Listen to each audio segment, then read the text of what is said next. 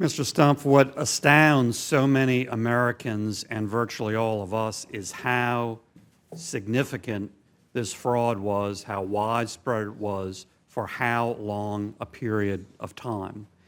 And related to that, I'm very concerned about this timeline of when top corporate leadership like yourself knew about it. And you've been talking in general about 2013.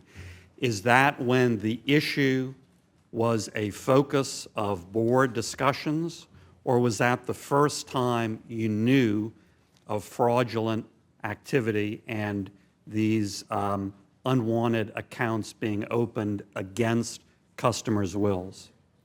Thank you, Senator Vitter. As I testified before, this people in our regional bank knew that not every team member would do everything right every day, and they tried to root it out at the business level with their compliance and so forth. And then once... When did you and folks at your level, like board members, know of this activity on any significant scale? Was it 2013, which you have suggested, or was it earlier? 2013. Okay. So in 2011, about 1,000 employees were fired over this. That's about 1% of the whole retail business. So 1% of a whole big part of your business was fired over fraud, and you were never told about that. That was dealt with in the business unit at that time. Is it normal for 1% of a business unit to be fired over fraud? Not high turnover, not incompetence, fraud, Yeah. And this never is mentioned to you? Yeah, in a large retail business that has other turnovers and so forth, if I could go back, I would have, spent more Why time on isn't this. this crystal clear proof that an entity as big as Wells is not only too big to fail, but it's too big to manage and it's too big to regulate? 1% of a big part of your business is fired over fraud, but that doesn't rise to your level. Yeah, and Senator, that's a good question. I've thought about that. This was a problem of focus and not of size. Today... Let's talk about corporate culture. You've often referred to Yes. people not living up to the Wells culture. Culture is not something written in a handbook. Culture, as has been suggested, is an atmosphere and what is lived. I agree. Wasn't this practice, in fact, by the numbers, part of the Wells culture by definition, because it was so widespread for so long a period of time?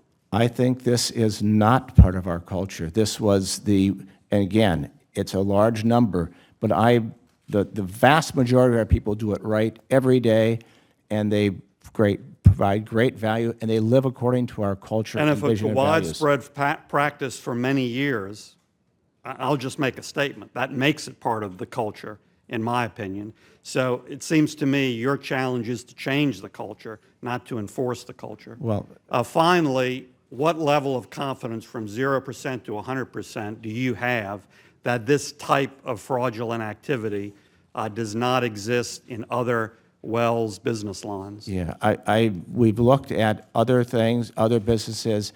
They're different, and we believe that this is, situated in our regional bank.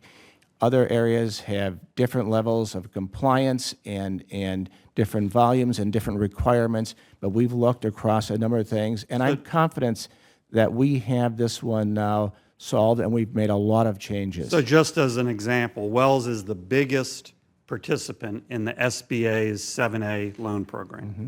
I happen to chair the Small Business Committee, so I'm focused on a lot of small business issues. Are you 100% confident that no fraudulent activity like this or no extreme quotas and goals exist in that 7A program? Yeah, we don't have product goals, to my knowledge, in any one of our other businesses, and we have, of course, because of this situation, we've doubled down on compliance and review in a lot of our businesses across the board. Well, I'm writing several of those compliance folks to urge a look at anything small business related, including the the 7A program since Wells is the leader in that activity. Thank you, Mr. Chairman.